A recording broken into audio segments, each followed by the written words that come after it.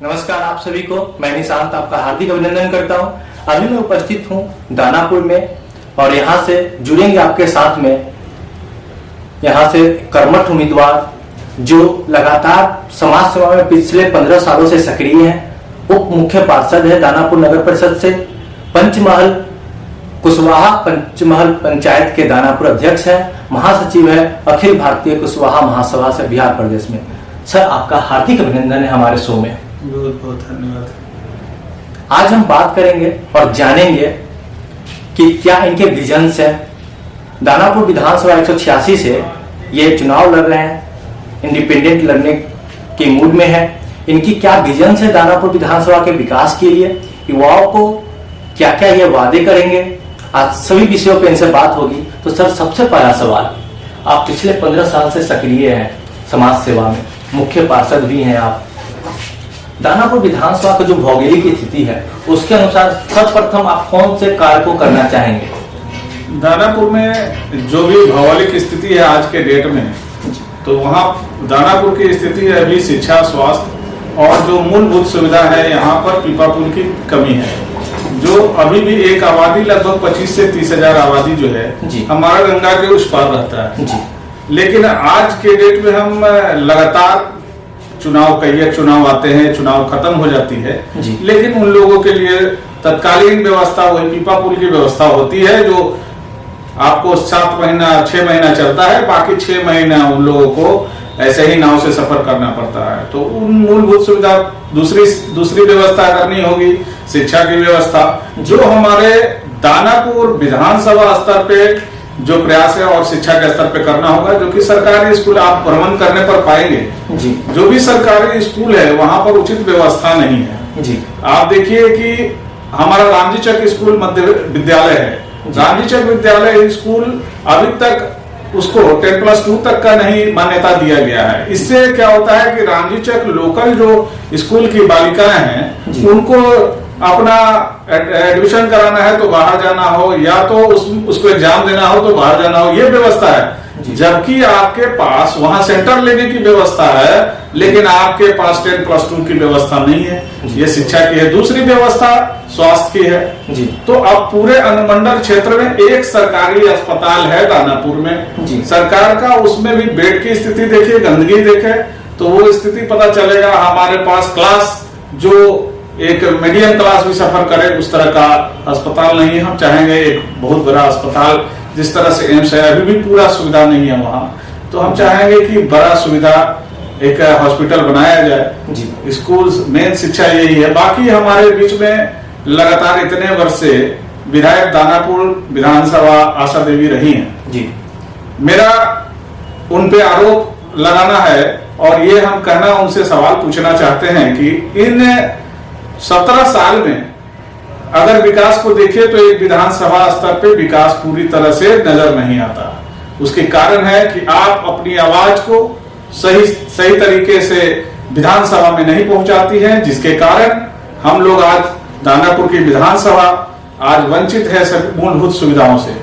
एक तबका जो है पानी में डूबा हुआ है। दानापुर नगर परिषद जल जमाव देखे होंगे कि जल जमाव आता है और हमारा वार्ड नंबर 4-5 वार्ड डूब जाते हैं। तो इसलिए सभी मूलभूत सुविधाओं पर ध्यान देना होगा। सर, आपने जिक्र किया दियारा क्षेत्र का। दियारा एक ऐसा हब है दानापुर में जहां सबसे ज्यादा दूध उत्पादन होती है। तो इंडस्ट्रियलाइजेशन, एक बेरोजगारी भी उत्पन्न हुई है पूरे बिहार में ही। लेकिन दानापुर के जो युवा हैं, जो एजुकेटेड हैं, जो बेरोजगार हैं, तो उनको किस ओर मोड़ना चाहेंगे आप? जैसे दानापुर की जो लोकल व्यवस्था है, आप रोजगार, सबसे पहले रोजगार पैदा करना होगा। आप यहाँ रोजगार किस रूप में पैदा कर सकते हैं? आपके पास संसाधन क्या है रोजगार का जी। तो आप यहाँ पर देखेंगे कि आपके पास सीमित संसाधन है जी। इंडस्ट्री लगाने के लिए आप बहुत सारी सुविधा नहीं, पर बिहार सरकार बहुत सारी सुविधा नहीं दी जी। यहाँ पर एक दूध उत्पादन का है केंद्र है, खुला दूध उत्पादन है। दूसरा, यहाँ दानापुर में मुख्य जो देखते हैं बिल्डिंग बायलॉज बेली रोड एरिया में जो दिख रहा है जी, एक कंस्ट्रक्शन लाइन से लेबर क्लास को वाला रोजगार है। यहाँ इंफ्रास्ट्रक्चर डेवलप नहीं हो रहा है। जिस तरह से जो हाईली एजुकेटेड लड़के हो रहे हैं जी, वो उनका रिप्लेसमेंट कहीं नहीं है जी। तो उस तरह के रिप्लेसमेंट बनाने के लिए बहुत सारे ग्राउंड स्तर पे अभी तो शुरुआत ही करना होगा, क्योंकि नीतीश कुमार इतने साल में क्या किए हैं इंडस्ट्री के बारे में वही बता सकते हैं। क्योंकि गन्ना फैक्ट्री जो जितनी थी बिहार में, तो आज के डेट में हम देख रहे हैं कि दूध भी चालू की परिस्थिति में नहीं है। तो ये बड़ा, अब तो सरकार, बिहार सरकार के लेवल पे है, तो हम उस स्थिति का वादा करने में अभी सक्षम नहीं है कि हम रोजगार इतना दे देंगे, कैसे दे देंगे। इसलिए आप एक प्रयास कर सकते हैं। हम एक ईमानदारी से प्रयास करेंगे, दानापुर विधानसभा के जनता के लिए खड़े रहेंगे और अपना पूरी ताकत लगा के हम ये चाहेंगे कि मूलभूत सुविधाएं जो शिक्षा, स्वास्थ्य की सुविधाएं हैं और नली गली रोड की सुविधाएं हैं, वो हम लोग घर घर तक पहुंचा पाए। वृद्धा पेंशन, विधवा पेंशन, जिसके लिए परेशानी होती है, गरीब आदमी इधर उधर दौड़ते हैं, उसके लिए उन लोगों की परेशानी। टेक्निकल एजुकेशन के बारे में आप क्या सोचते हैं? और दानापुर में जो अगर देखा जाए तो मात्र गिने हुए 2-3 कॉलेजेस हैं जो टेक्निकल एजुकेशन को तो दे रहे हैं, लेकिन उनके अंदर में भी जॉब देने की वो कैपेबिलिटी नहीं है। तो ये आप टेक्निकल एजुकेशन को और जॉब को कैसे रिलेट कर रहे हैं और कैसे आप इस पे आगे कार्य करेंगे?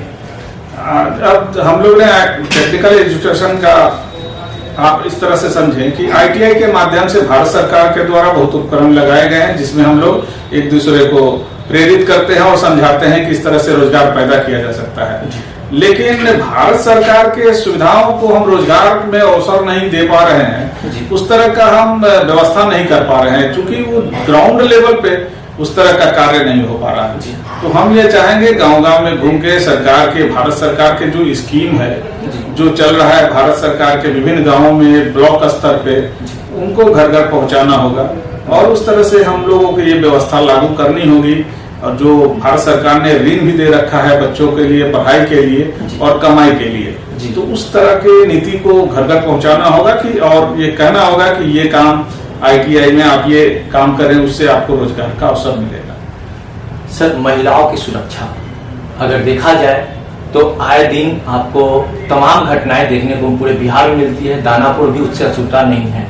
तो एक विधायक का जो कर्तव्य होता है जनता की सुरक्षा, क्या उस सुरक्षा और महिलाओं की सुरक्षा की गारंटी आप लेते हैं? अगर हम विधानसभा, दानापुर विधानसभा अगर चुन के आते हैं, तो दानापुर विधानसभा में 17 साल से स्थिति आप देख ले, तो विधायक आशा देवी हैं, तो वो सिर्फ स्वार्थ की राजनीति करती हैं जी। जो स्वार्थ अपना ही उनका पूरा करने में पूरा जीवन बीत गया जी। तो हम ये चाहेंगे स्वार्थ और अपराध और एक तरफ विकास, तो स्वार्थ और अपराध दोनों को नियमित लगाम लगा के ही विकास संभव है जी। तो हम ये प्रयास करेंगे कि स्वार्थ को और अपराध को जब तक कंट्रोल नहीं किया जाएगा तब तक विकास दानापुर में संभव नहीं है जी।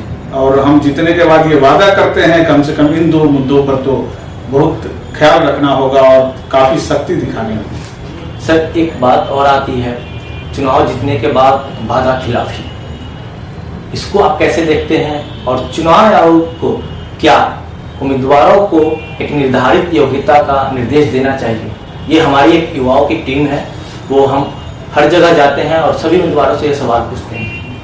तो ये क्योंकि चुनाव जीतने के बाद हर विधानसभा में अधिकतर आरोप यही आते हैं कि विधायक जी तो नदारद है, दर्शन भी नहीं दिए। तो क्या आपके तरफ से ये देखने को, और जनता आप अगर जीत कर आते हैं तो जनता क्या आपसे ये वादे सुनना चाहेंगे?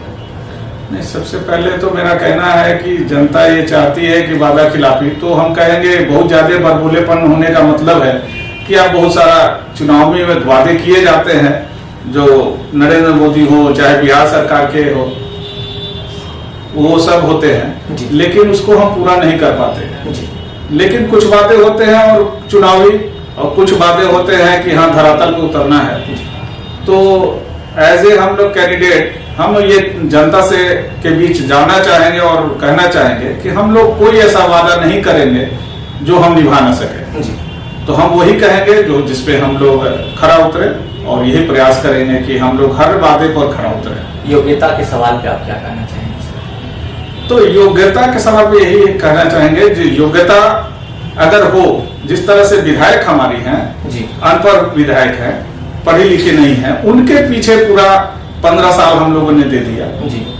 तो जब तक हमारा नीचे शीर्ष स्तर पे जब विधायक ही हमारा पढ़ा लिखा नहीं हो तो हम मैसेज क्या देंगे जी तो पार्टियों को मैं सभी पार्टियों से भी यह आग्रह करूंगा जी आपके चैनल के माध्यम से कि इस बात का ध्यान रखते हुए कि योग्यता देखकर ही चयनित करें अपने प्रतिनिधि को। तो दर्शकों, आपने अभी सुना दीपक कुमार मेहता जी को, जो मुख्य वार्ड पार्षद हैं दानापुर नगर परिषद से और इंडिपेंडेंट कैंडिडेट उतर रहे हैं चुनाव के लिए दानापुर विधानसभा क्षेत्र संख्या 186 से।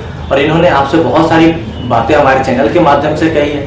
अब देखना यह दिलचस्प होगा कि जनता क्या इन्हें अपना विश्वास दे पाती है कि नहीं। आपने जो युवा एवं हमारी जो टीम को समय दिया उसके लिए आपको बहुत बहुत धन्यवाद। आपको भी बहुत बहुत धन्यवाद और आपको जीत की अग्रिम शुभकामनाएं।